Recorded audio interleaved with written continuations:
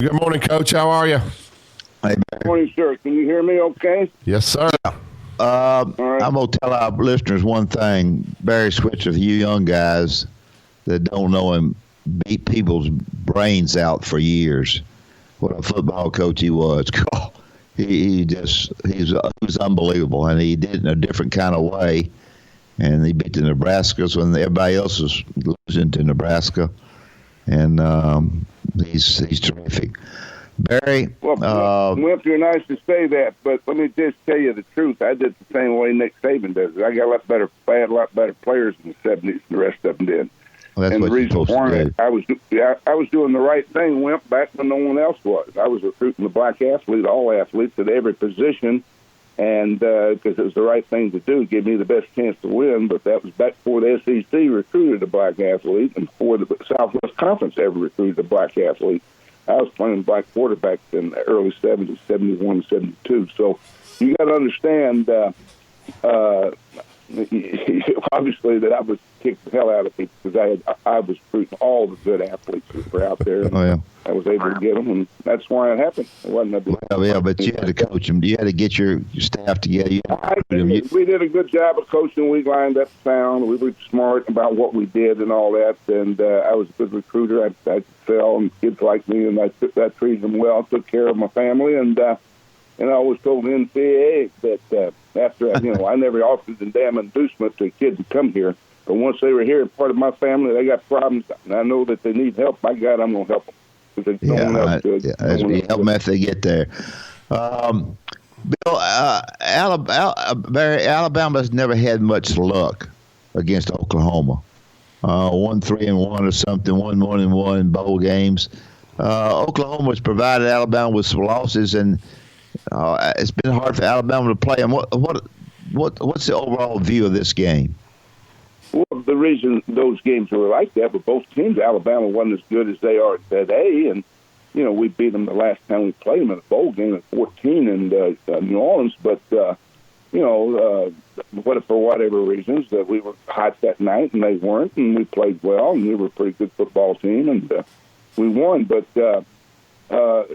both are great programs. They have great traditions in college football. Oklahoma is the winningest team in college football. We won more football games in the modern era after World War II, back in the 40s. I don't count the 20s and the 30s and all that. Back there's a guy named at Columbia won. He's the third winningest coach in college football history at Columbia. And he quit in 05. And so, that's not some rotten era on, they think that's when football started. Really, it didn't start until after the war. Influx of people coming back out of the war, GI Bill. Army got to kick everybody's butt in 45, 46 with Davis and Blanchard because, they still had good football teams because they kept good football players to play for the academy when the rest of us went to the war. And I didn't. Obviously I was alive at that time. My dad did, and I was living in California in the 40s in World War II. But anyway, I look at it from the modern era that the dominant teams we know who they are. They're the Alabamas, the Oklahomas, the Ohio States, and the Notre Dames. I'll throw them in there a little bit, but basically it's been the same ones for years and years, the perennial powers, and. But, with this 85 scholarships, everything's kind of changed. It's balanced out. Perennial powers that you could name back in the 70s and 80s, and you could say what teams would be in the top 10 at the end of the year. You can name the top 10 in the start of this football season who would be in the top 10 final vote. But today you can't. And you know why? Because of the NCAA and the restrictions we have and the number of scholarships. I was talking with Coach Barry Switzer. Coach, I think even Coach Saban's changed since he's been here. He used to be big and bulky, pound and ground, but now they recruit guys that can run. Speed is a big factor. Everybody always says, the mobile quarterback's what hurts Coach Saban's defenses. I think those mobile quarterbacks hurt everybody's defenses, but Alabama has some guys that can run. How difficult and how fast is this Murray kid? A lot of times you watch him on film, you got nobody that can simulate him on the scout team. Will Alabama be shocked when this kid takes off out of the pocket? He shocks everybody, but let me tell you, you think Saban wasn't recruiting speed 20 years ago? Everybody's recruited quickness and speed all their damn life. That I always get tickled at that. People say, well, they're recruiting speed, quickness now. Bullshit. They always look for that. That's probably one of the first things you look for, and that's what separates athletes: is quickness and speed. Kyler Murray is special. I've had probably one or two quarterbacks as fast as him that played for me. That was the Charles Thompson, Eric Mitchell, guys like that were 4.3 guys, legitimate 4.3. And he is a special athlete. But more than speed, the guy is a good passer. The guy has an NFL arm. He's got the velocity, the accuracy, the trajectory. He knows where to go with the ball. He's quick. His mind works quick. He is really a well-developed quarterback in every area of the position. And I really, this is the only year he's got to play. Now think about that, guys. Here's a guy that was the most highly recruited quarterback coming out of high school. He was 43-0 in high school. He won 3 state championships in Texas now, guys, in Texas. The largest classification of football in Texas. He goes 43-0, and highly recruited. They screwed up at A&M, and they screwed up a lot of times, but they screwed up with him, and we end up getting the guy. And then they give Baker Mayfield another year. When he came here, he didn't know Baker was going to get another year, but the NCAA allowed that to happen to Baker because of his problems and transfers and all that. And then so the kid has to wait another year. He gets 1 year. Now, he could come back next year, but he won't. And but he had to wait a year, and what a year he had. He broke all Baker Mayfield's records, and of course we know he won the Heisman, and it deserved it. His record deserved it, and he is a special player, but he's just not a fast guy. I want to tell you, the guy's a really good passer and very well-suited quarterback. Yeah. Barry, for whatever reason, Oklahoma changed let the defensive coordinator go, and which I don't know, good or bad. You can comment if you want to.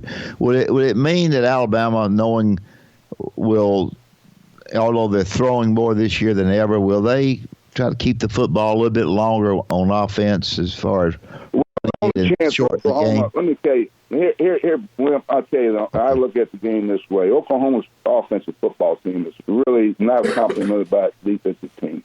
If it was, it would really be a hell of a game for us to watch. But Oklahoma is not as good on defense, talented-wise, as they are on offense. Their offensive line is pretty good. I've been told Oklahoma has 4 guys that are going to all go on the draft in their offensive line.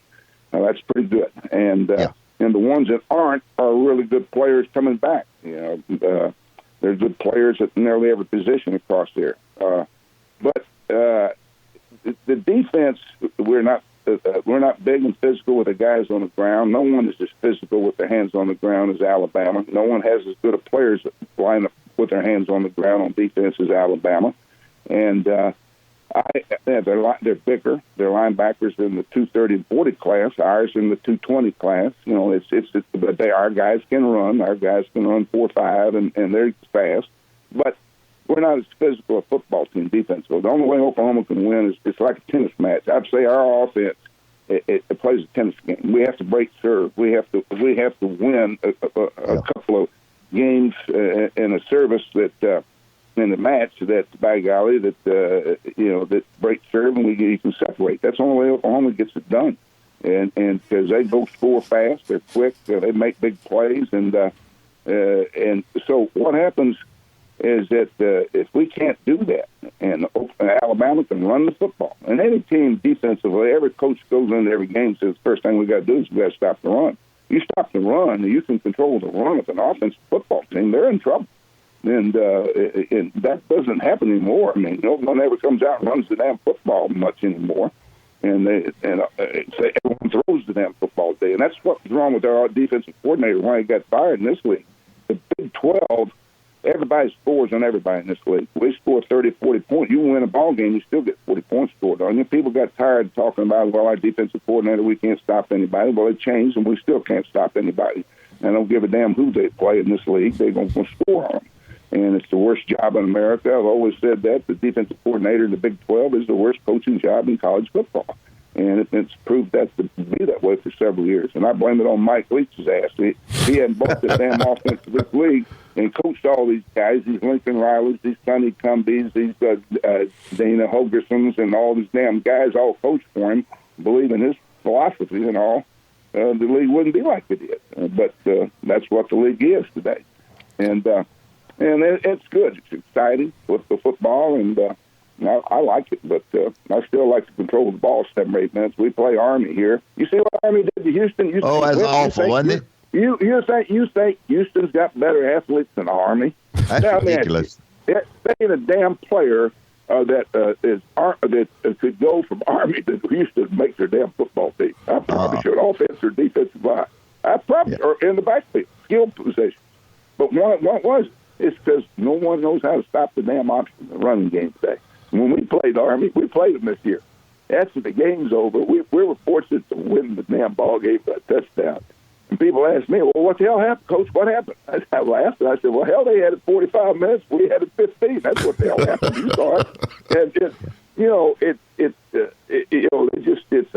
it tickles me because I love this academy have to run the damn option games. If they didn't, they'd get the hell beat out of them. They try to run some conventional stuff, what everybody else runs. They ain't got enough good athletes to play it. But they have to have some kind of trick, and that option is a pretty good trick to run. But anyway, to save more jobs, I've always said that Wishbone would save more coaches' jobs than any other damn offense in the country, and I know damn well it's the truth. But I've seen it happen too many times in the last 50 years. But anyway, I'm going to be down there, Wimp. You going to the game? No, we're going to have to stay here and work, but it should be exciting. You flying down tomorrow? Hell, Wimp, I got an extra ticket. You sit with me game. Go on down there and sit with him, Dad. I wish I could.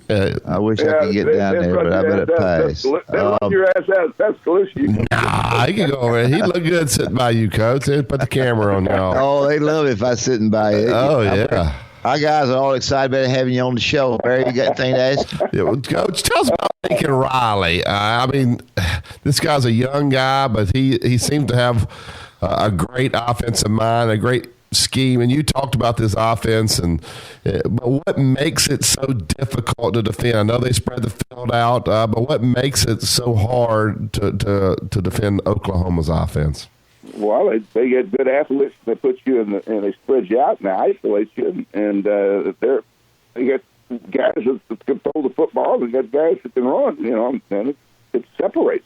The hardest thing I think in college football today is finding defensive backs to play in the secondary. And I've always said I need to go recruit more wide receivers. They can't wide receivers that are 6'2", 200-something pounds, and put their ass in defense because they know one thing, they catch the damn football. So they can intercept the thing, and obviously they can run as fast as the receivers. They wouldn't have been playing receiver. And if they can turn over and run and do the things that are required in the secondary, then they've got a chance to be players there. But there's not many great athletes come out of high school that are, just great secondary players. They're hard to find. But there are a lot of receivers out there. There are a lot of guys who want to play offense and skilled in that way. I think they need to do that. Lincoln Riley, first of all, is an outstanding football coach, protege of Mike Leach. Mike Leach told me years ago that he was the best assistant coach that he ever had. He would be a good one someday, and he's proven that. And he's people talk about going to pro football, and Baker going, him going, Cleveland Browns, all this, and I laughed. I said, Baker, more people want this damn job here than the one you just took, I promise you. So whatever he don't even think about pro football. Nick would tell him the same damn thing. He's got it. He controls his destiny. They pay him good money now. I don't know whether you know that, Wimp. When I coached, you and I coached back in the 70s. That's right. We were broke. Yeah. We had pumped gas in the summertime. My God knows it. And today these damn guys, they pay them so damn much money, it's out of whack today. And I'm happy for them, but I missed out on it. And Stoops and these guys, saving these guys, never will have to work another day the rest of their life when they quit football. I had to go back into business. I get up and work every damn morning, Wimp, and I like it. That's why if I didn't, hell, I'm 82 years old. My damn I'd go nuts if I didn't do something. The thing about you is here you go to the pros after being so successful and win the Super Bowl. To me, I don't know, understand, but I just, it's amazing to me you were able to do all that. Well, no, here again, let me give credit where credit's due. Jimmy and Jerry put together a damn good team. I've always said that. The media beat me up on it. My one thing, how I responded to the media, you won with Jerry and Jimmy's team. You know how my response could have been? I could have lost. Yeah, I mean. I could have lost, but I didn't. So we won the playoffs every year we were there until my last year, until I got Haley hurt and Novacek hurt, and I lost my best talent on offense, my pass rusher on defense, guys who get to the quarterback, and the error started pointing down for the Cowboys. And I said, Jerry, you told me when I came here that 500 coaches could win a Super Bowl with this team. I said that means there's 499 out there left. That was 25 years ago. He found one yet, so. So I got the hell out of there. Went back north to the Well, you got a good paycheck when you left. Well, yeah. Jerry took care of me when I was there, but I missed out on the college game. I went for 3 years. I went 32-1-1, 2 national championships, 2 undefeated seasons back to back, and made $24,000 a year. Tell Nick Saban. Nick Saban makes that much a damn day. He makes that in a minute. Yeah. I mean, it's just unbelievable. Coach Urban Meyer, he's going to be assistant AD at Ohio State. They took him across and showed him his office. He said, wait a minute, this office is kind of small. They said that the AD did call Oklahoma to find out about Coach Stoops, how they trend. How difficult is that going to be on both those guys, Coach Day and Coach Meyer hanging around over there? It seems to work at Oklahoma. I don't know if Coach Stoops has an office up there. Just kind of talk about that situation there. Well, Bob is paid by the university. He helps. That way he is able to be involved on a daily basis in recruiting and all that. That's kind of on-campus recruiting and all. Bob stays out of it. Bob doesn't get involved in it. He really doesn't. And I know what goes on. It's a small community here, about 120,000. I live 600 yards from the stadium and the offices over there. They got a place called the Switzer Center over there. It's where all their offices are, and great new facility. Only been open 1 year, and it's I go over there once in a while just to and need some tickets and need to do this, that, or someone who wants to see the center, and I take them over there. Friends of mine, long-time friends, and I give them a damn tour of the place. But I don't know how it'll work out.